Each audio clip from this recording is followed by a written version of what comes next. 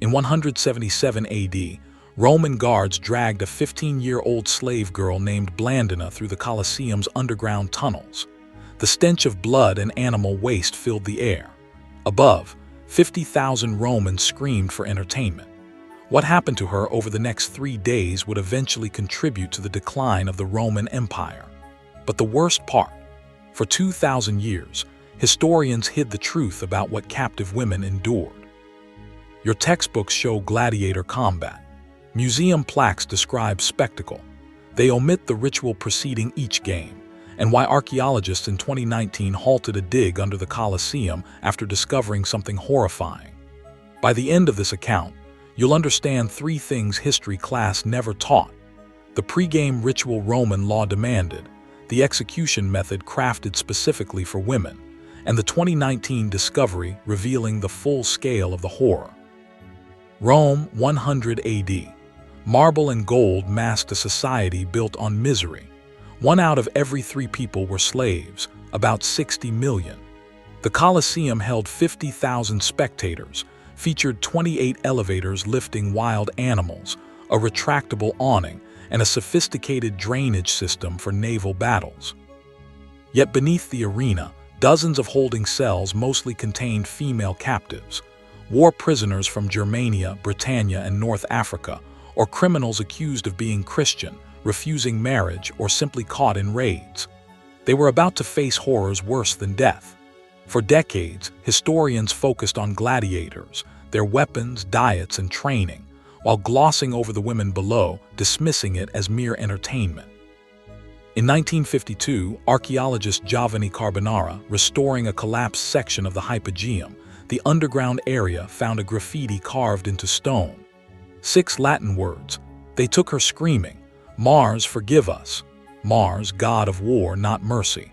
What could drive a Roman to seek forgiveness from a war deity?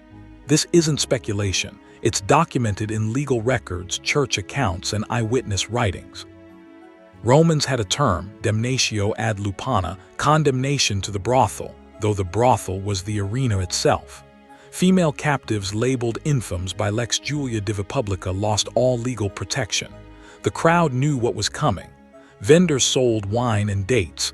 Families dined. Children watched. This was scheduled entertainment, legal and public. Early Christian writer Tertullian in Carthage, c. 200 AD, wrote of women handed to gladiators as rewards for victories. The Senate didn't merely tolerate this, they regulated it. Specific days of the Ludi Romani, the great games every September, included preliminary entertainments featuring women. Gladiators were slaves too, part of a system that dehumanized everyone. Records from the Spartacus Revolt, 73 BC, indicate one rebel demand was ending the woman rewards, suggesting the practice predated the Colosseum.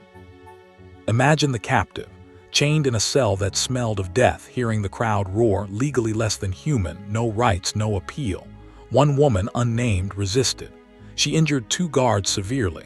Officials responded with Rome's most infamous execution method, damnatio ad bestias, condemnation to the beasts. But this term doesn't capture the staged horror. Romans staged fatal charades, reenactments of myth with real death. Female captives often portrayed myths involving violence. Poet Martial, c. 80 AD, describes a female prisoner playing Pasiphae, cursed to mate with a bull. Josephus confirms a woman tied to a bull role, her death real, her cries genuine. The Colosseum had pulleys, trapdoors, and platforms to move people and set pieces from the hypogeum to the arena floor. Stage managers, costume specialists, carta, animal handlers, and editors orchestrated the performances. One resistant woman was dressed as Prometheus. Chained to a post, a trained eagle tore at her. Tertullian notes she endured 3 attacks before dying.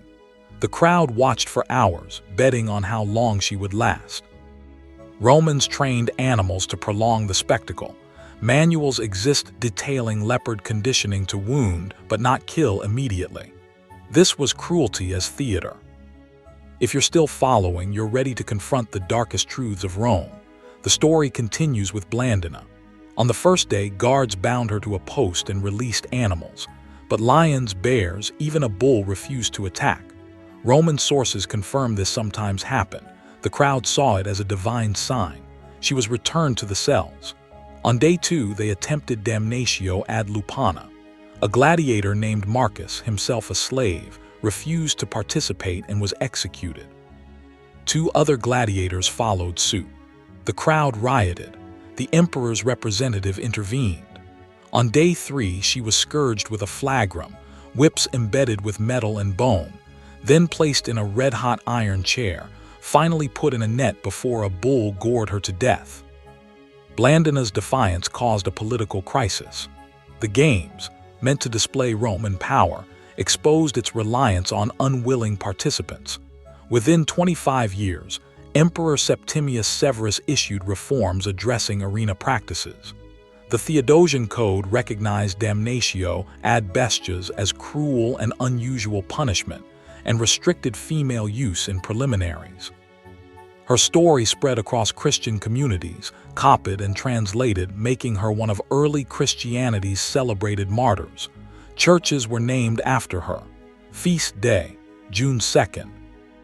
Roman cruelty had an unintended consequence. Attempting to erase Christianity, public executions preserved its texts. Letters describing martyrdoms were copied obsessively, ensuring survival of these historical documents.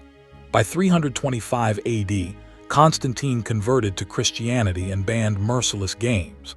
Animal executions were phased out. The Colosseum, once a symbol of imperial power, became a symbol of what Christianity opposed. It wasn't empathy but empire collapse, costly animal importation, dwindling slaves, and Christianity's rise that ended the spectacle. Yet the evidence goes deeper. In 2019, archaeologists found a hidden burial chamber beneath the Colosseum's eastern foundation. Workers were repairing a collapsed section when the ground gave way. Italian team led by Dr. Alessandra Giovannini excavated for 8 months. They uncovered 173 skeletons, all female, showing trauma, dating to 8300 AD. Patterns suggested repeated, systematic abuse. They weren't victims of single events but prolonged captivity. Analysis revealed malnutrition, healed fractures indicating survival of prior injuries, and shackle-induced wrist and ankle grooves. DNA confirmed origins across the empire: Germania, North Africa, the Middle East, Britannia. Ages 12-30. 3 details stand out: disease markers showing untreated infections, isotope analysis revealing luxurious last meals, fish, imported fruits, wine, indicating ritual preparation for death, and evidence of pregnancy, implying possible breeding or use of pregnant captives. The full report was intended for 2020 release but remains unpublished. One skeleton, Subject 47, clutched a small wooden cross. Carbon dating confirmed it was 1,850 years old. She died holding a Christian symbol while Rome actively persecuted her faith. This brings us back to Blandina, the 15-year-old girl from Lugdunum, modern Lyon, France. Arrested for her Christianity, she endured a 3-day ordeal. Her survival, defiance, and eventual death were recorded in letters preserved by church historians.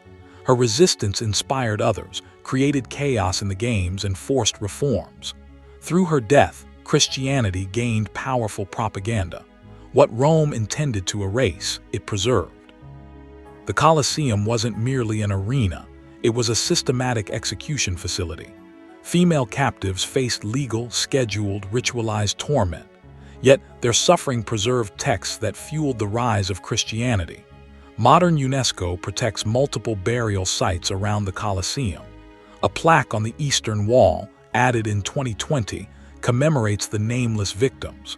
The full archaeological report remains sealed.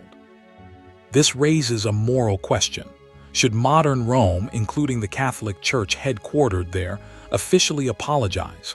Some argue present-day Italians bear no responsibility. Others insist acknowledgement matters. The debate continues. The story of Blandina and countless other women highlights how atrocities shaped history.